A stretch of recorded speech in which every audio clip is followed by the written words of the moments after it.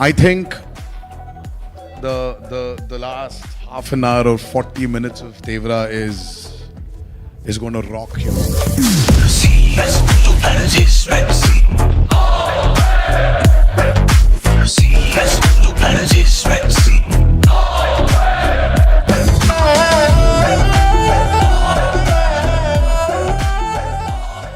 ఇక మొదలెడదామా?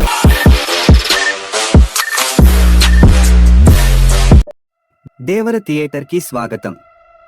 ఈరోజు నగరంలో ఒక ప్రత్యేక కార్యక్రమానికి జనాలు గుమిగూడడంతో థియేటర్ వద్ద ఉత్సాహంగా ఉంది.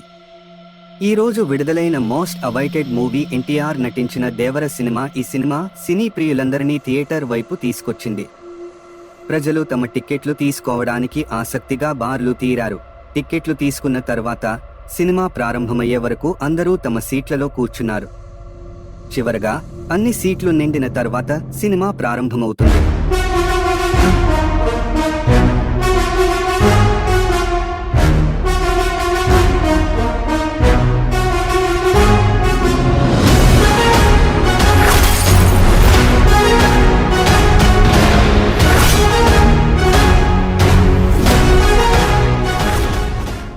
సినిమా ముగియగానే ఉత్కంఠభరితమైన అనుభవం తర్వాత ప్రేక్షకులు ఉత్సాహంతో దేవర థియేటర్ నుండి నెమ్మదిగా బయటకు వచ్చారు. Rajesh theatre floor cleaner.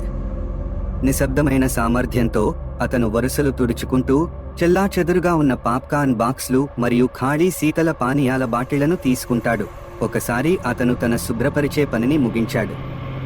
Rajesh projector గదికి వెళ్ళాడు. రాజేష్ ఎన్టీఆర్ అభిమాని అయినందున అతను దేవర సినిమా చూడాలనుకున్నాడు.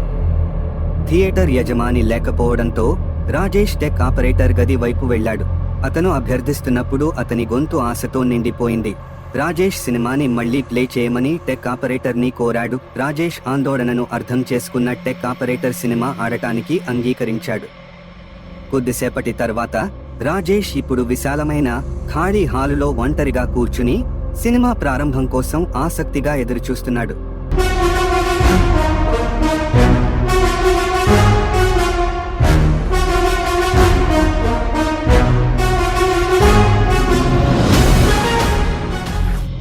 రాజేష్ సినిమా చూస్తున్నప్పుడు అతనిలో ఒక వింత అనుభూతి కలుగుతుంది.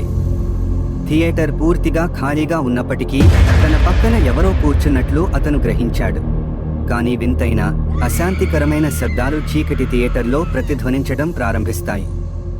ఒక్కసారిగా స్క్రీన్ రెపరెపలాడింది. తెరపై "మీరు తప్పించుకోలేరు" అని వ్రాయబడింది.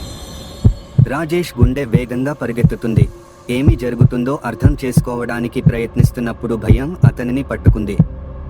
అప్పుడు అతను తన భుజంపై ఒక చల్లని దెయ్యం చేతిని తన మెడకు దగ్గరగా జారుతున్నట్లు అనిపిస్తుంది. భయంతో అతను సీటు నుండి కదలడానికి ప్రయత్నిస్తాడు. కానీ అతను తన సీటు నుండి కదలడం లేదు. వెనుక నుండి దెయ్యం చేతులు అతని మెడ చుట్టూ చుట్టి గట్టిగా నొక్కుతున్నాయి. రాజేష్ భయంతో పక్షవాతానికి గురయ్యాడు. అతను తన జీవితం ముగిసిపోతుందని అనుకుంటాడు.